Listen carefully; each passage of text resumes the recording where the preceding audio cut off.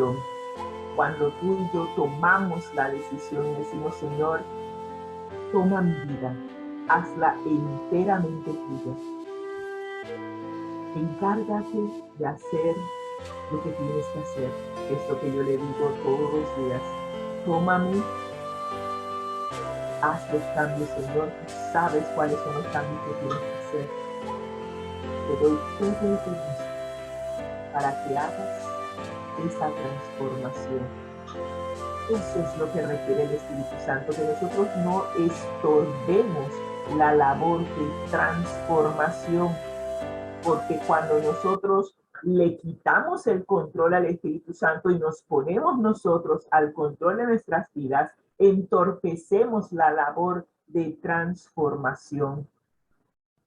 Así que esta vida de pecado, dominados por el pecado, solamente se puede dar cuando el Espíritu Santo guía nuestra vida.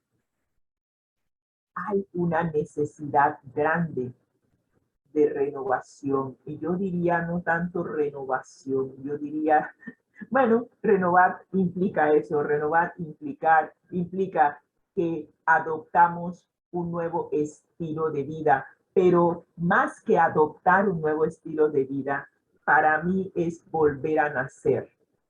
Sí, yo necesito morir, necesito que mi vida antigua sea enterrada en lo más profundo del océano y volver a nacer. Y eso se simboliza con el bautismo. Cuando pasamos por el bautismo de inmersión, el bautismo de agua, siendo un adulto consciente del tipo de vida que llevábamos antes y lo que nos propone el Espíritu Santo como una nueva vida, tomamos la decisión de abandonar el antiguo estilo de vida, de enterrarlo al fondo del mar, al fondo de la pila bautismal. Y cuando subimos del agua, entonces habremos nacido de nuevo. Salimos del agua con una nueva vida, una nueva identidad en Cristo Jesús, porque las enseñanzas que aprendimos de Jesús, el ejemplo que vimos de Jesús en la palabra de Dios, moldearán nuestra mente. Hemos ahora adoptado un nuevo estilo de vida. Hemos cambiado de familia, cambiamos de ser hijos de aquel que es el padre de la mentira. Y ahora hemos nacido de nuevo, pero en una nueva familia. Ahora hemos llegado a ser hijos de Dios. Y ahora, al tener esta nueva vida en Cristo, inclusive nuestro vestido cambia. Y con la ayuda de Dios, vivimos una vida de justicia y santidad. Y sabes, nosotros aparentemente desde el inicio de nuestras vidas hemos tenido problemas con nuestro vestido. Si usted recordará, cuando estábamos en el Edén, nosotros, por medio de Adán y Eva, tenían vestiduras blancas, tenían una vestimenta de luz que cubría su desnudez, pero tan pronto pecaron, buscaron hojas de higuera para cubrir su desnudez, porque el manto de justicia de Cristo, ese manto de inocencia, se había ido ahora que habían cambiado de Padre. Cambiaron al Padre Celestial por el Padre de la mentira. Y ahora tienen un problema de vestimenta porque el vestido de inocencia pura se fue y quisieron cubrir sus desnudez con hojas de higuera. Pero el Señor proveyó otro tipo de vestido. Les proveyó un vestido de los primeros animalitos que iban a simbolizar el Cordero de Dios que iba a tomar su lugar en la sentencia de muerte que ellos mismos habían aceptado. al ir en contra de la palabra de su Padre, al dudar de la palabra de nuestro Padre Celestial, que les había dicho, no coman de ese fruto. Tienen todos los frutos en el jardín a comer. Ese yo me lo estoy reservando. No lo coman, pero el día que comieren de él, morirán. Pero ese día no murieron, porque Jesús se había ofrecido morir en el lugar de ellos y en el lugar de nosotros. Y como símbolo de que Jesús iba a morir, se sacrificaría un cordero, el cordero de Dios, que quita el pecado del mundo. Y así la vestimenta de Adán y Eva fue cambiada de hojas de higuera por los vestidos de la piel de los corderos que fueron sacrificados por ellos. Pero sabes, aun cuando llegamos al final de la Biblia, vemos que tenemos todavía un problema. Sí, el Señor nos dice en Apocalipsis 3:18, yo te aconsejo que de mí compres oro refinado en fuego para que seas rico y vestiduras blancas para vestirte. Seguimos teniendo problemas con nuestra vestidura. Por eso, Efesios nos dice que debemos ser creados según Dios en justicia y santidad. La justicia de Cristo es la que debe cubrirnos. Su manto de justicia no es nuestras buenas obras lo que nos ha de llevar al cielo.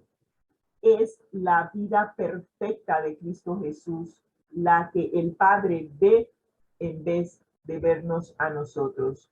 Cuando permitimos que la vestidura de Cristo, ese manto de justicia, sea puesto sobre nosotros, estamos aceptando a Jesús, estamos aceptando el sacrificio que él hizo por nosotros en la cruz del Calvario y estaremos aceptando que él cubra la vergüenza de nuestra desnudez, porque cuando tú y yo estamos sin Cristo, nuestra conciencia nos acusa de pecado.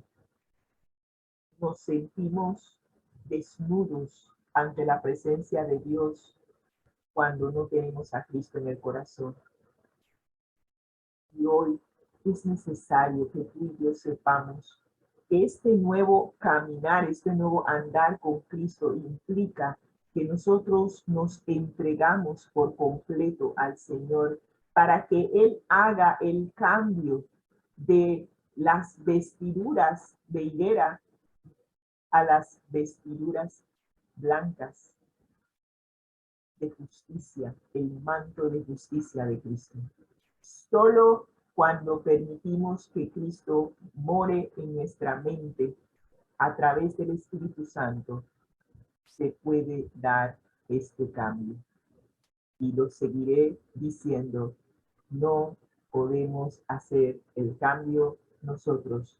Lo único que el Señor requiere de nosotros es nuestro permiso, que le demos acceso. Él está tocando a la puerta, dice, yo estoy a la puerta y llamo. Si alguno oye mi voz y abre la puerta y me deja entrar, yo cenaré con él y él conmigo.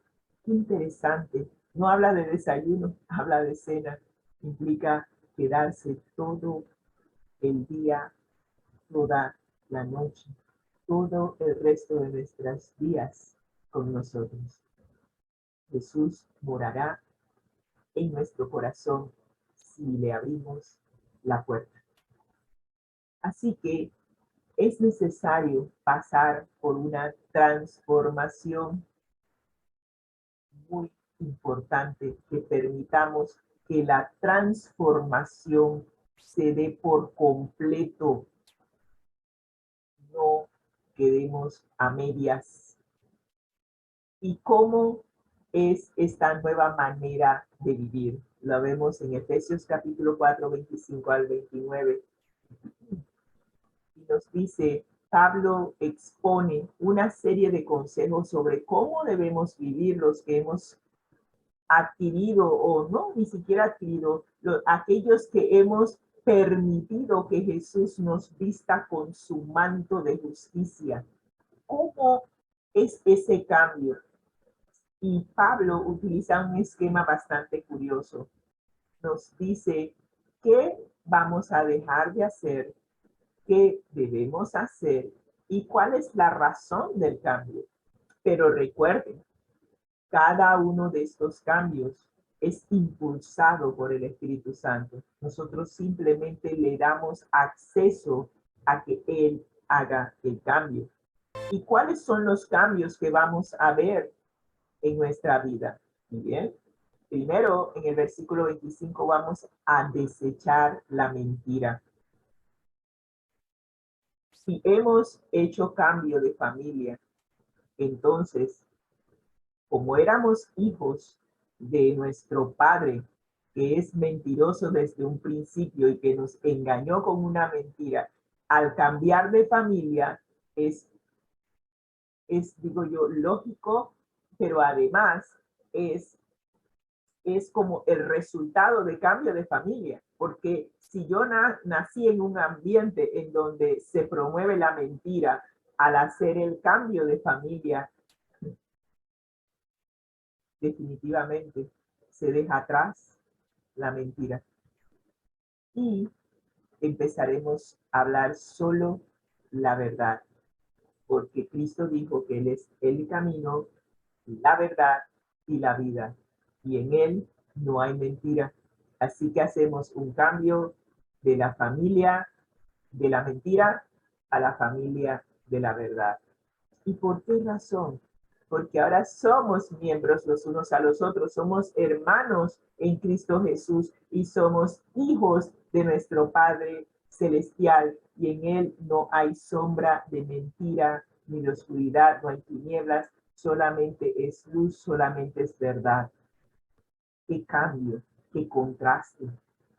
Pero ese es el cambio que se da cuando tomamos la decisión de permitir que Jesús sea el que more en nosotros a través del Espíritu Santo. ¿Qué otro cambio hay? Bueno, en los versículos 26 y 27, ahora Pablo cambia el orden. Vamos a ver, vamos a verlo. Dice, no pequemos al enojarnos. Y esto lo vimos durante la semana. Pero aquí, en vez de poner, bueno, vamos a terminar la idea. Nos está mandando a hacer algo que pareciera lo contrario. Y es por eso que dice que cambia el orden. Nos está diciendo, ok, es probable que la ira tome el control por un instante. Nosotros vimos durante la semana que la ira es parte del estilo de vida de aquellos que están todavía en el trono de su vida. Es parte de las obras de la carne, es parte de aquella vida que no tiene a Cristo en el centro, en el trono de su corazón. Pero aquí Pablo nos está diciendo, ok, si vas a permitir lo que llamamos la ira santa, que realmente de santa no tiene mucho, si vas a enojarte, no peques. Interesante. ¿Cómo se hace eso? No sé. Eso solamente el Espíritu Santo lo entiende, sinceramente. Realmente nosotros con nuestro ADN de pecado se nos hace difícil enojarnos y no pecar. Así que esta transformación solo la puede hacer el Espíritu Santo, de que aún enojándonos podamos hacerlo sin pecar. Y nos dice que si nos enojamos los unos con los otros, no permitamos que pase el día sin que haya una reconciliación. Y es por eso, si el Espíritu Santo mora en nuestro corazón, Él nos llevará a toda verdad, nos guiará y nos dirá, hey, lo que hiciste no estuvo correcto. Y nos llevará a que arreglemos las cosas con la persona que hayamos ofendido y que no demos lugar al diablo para sembrar cizaña en nuestros corazones y oscurecer nuestro entendimiento. Muy importante este cambio. En el versículo 28 hay otro cambio. Nos dice no robar. Todavía recuerdo cuando mi papá me decía, oye, dice el autor de la lección, porque el autor de esta guía de estudio semanalmente en inglés repasa la lección con aquellos que pues ven ese programa. Y él me dice mi papá, oye, dice el autor que este capítulo 4, versículos 17 al 32, es una manera de presentar los 10 mandamientos. Yo me quedé, ¿en serio? No lo vi, papi, pero si usted dice que el autor dijo eso, vamos a verlo. Y cuando empezamos a estudiar esta lección nos dimos cuenta de que sí, hay trazos de los 10 mandamientos. El no robar es uno de los 10 mandamientos. Y si en nuestra antigua manera de vivir nosotros nos quedábamos con un cambio equivocado de la cajera que nos dio de más, porque somos hábiles en ir a reclamar cuando el cambio es a favor de la cajera, pero cuando el cambio es en detrimento de ella y ella va a tener que pagarlo de su salario por el faltante que hay, nosotros no nos quedamos a ese problema de ella, nadie la mandó a equivocarse, estamos robando. Desde el momento en que nos dimos cuenta, debemos hacer el correctivo. A nosotros nos pasó una vez, recuerdo que el señor que nos vende las frutas nos dio de más y le mandamos un WhatsApp, le dijimos, oiga, nos dio el cambio de más, así que en la siguiente vez que vayamos, hacemos el arreglo. Y él se quedó como que, ¿en serio? Porque la gente no está acostumbrada a que tú les digas, oye, nos diste el cambio equivocado. Así que se sorprenden cuando uno trata de arreglar las cosas. Y esto sucede cuando hay un cambio en nuestro estilo de vida y en nuestra manera de pensar. Pero Pablo nos hace una observación en esto que es digno de mencionar. Y cuando lo vimos, sí, lo vimos en el versículo 28, nos llamó la atención que Pablo dice, el que hurtaba, no hurte más, sino trabaje, haciendo con sus manos lo que es bueno.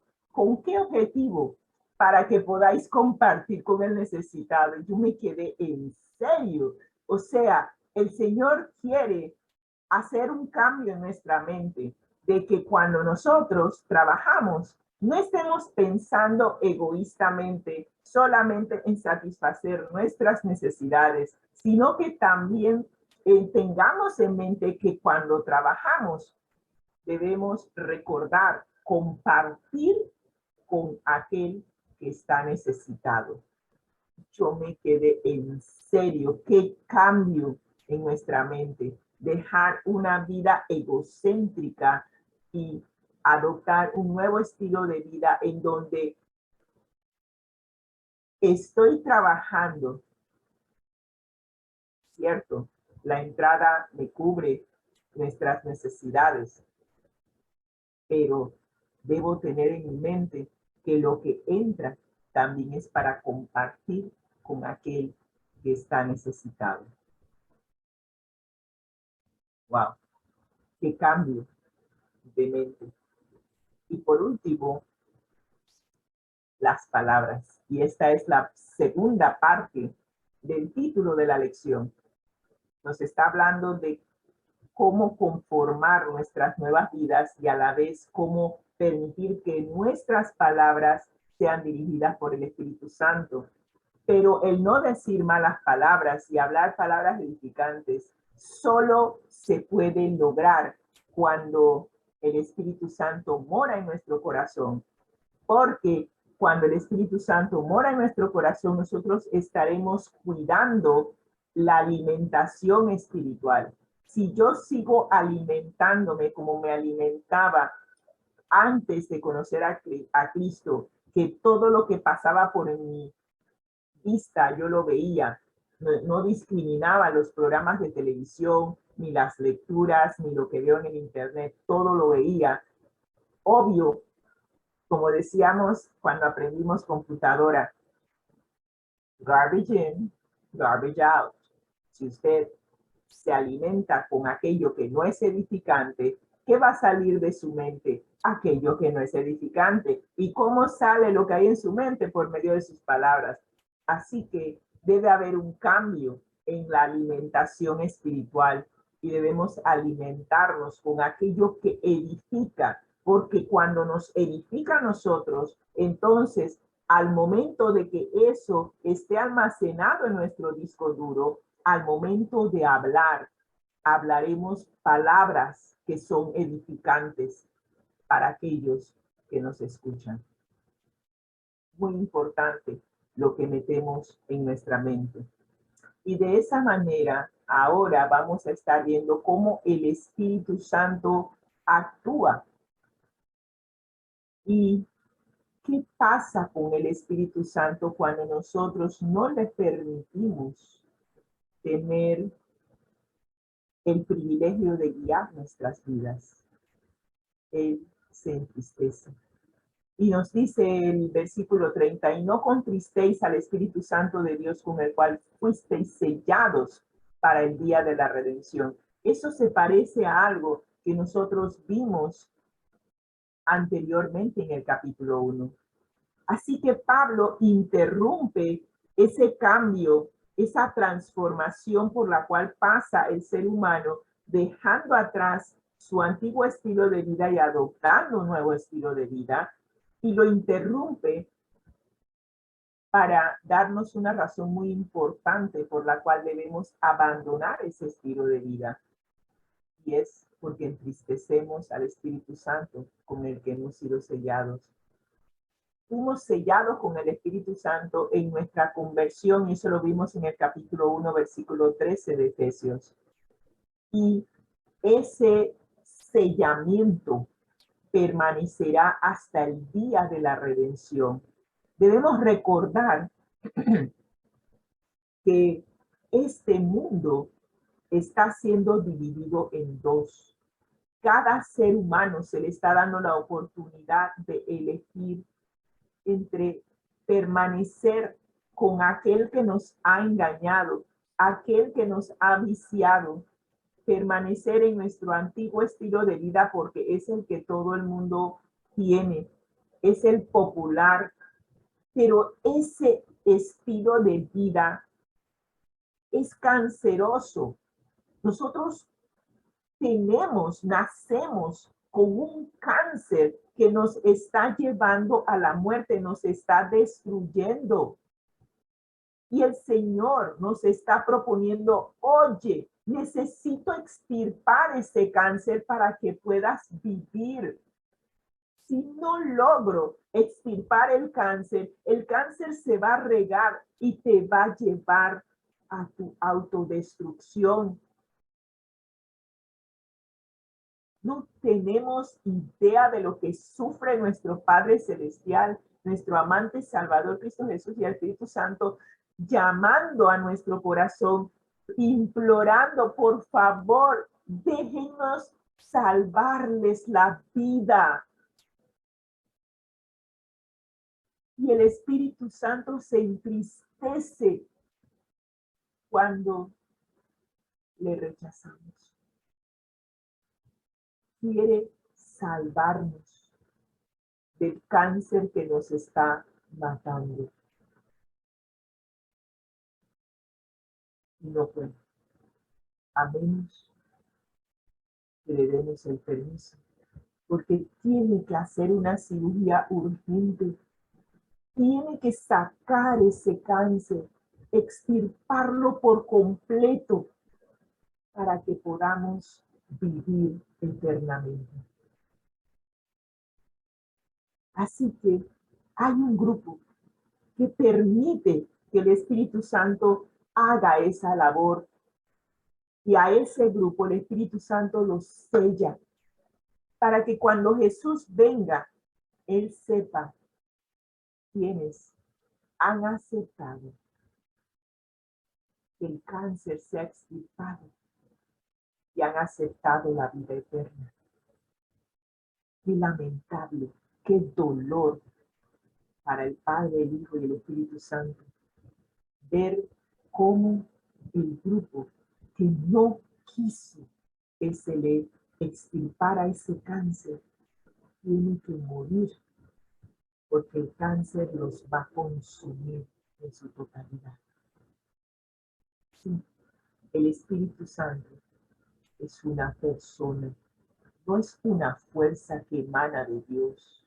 Es una persona divina, con sentimientos como el Padre y el Hijo, pero tiene una función diferente que la de ellos.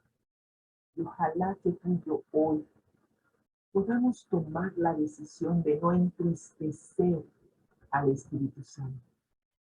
Que Él pueda alegrarse, que pueda el Padre, el Hijo y el Espíritu Santo ser felices al ver cómo permitimos que ellos nos salven la vida. No hay nada que les agrade más que ver cómo se lo permitimos. Bueno,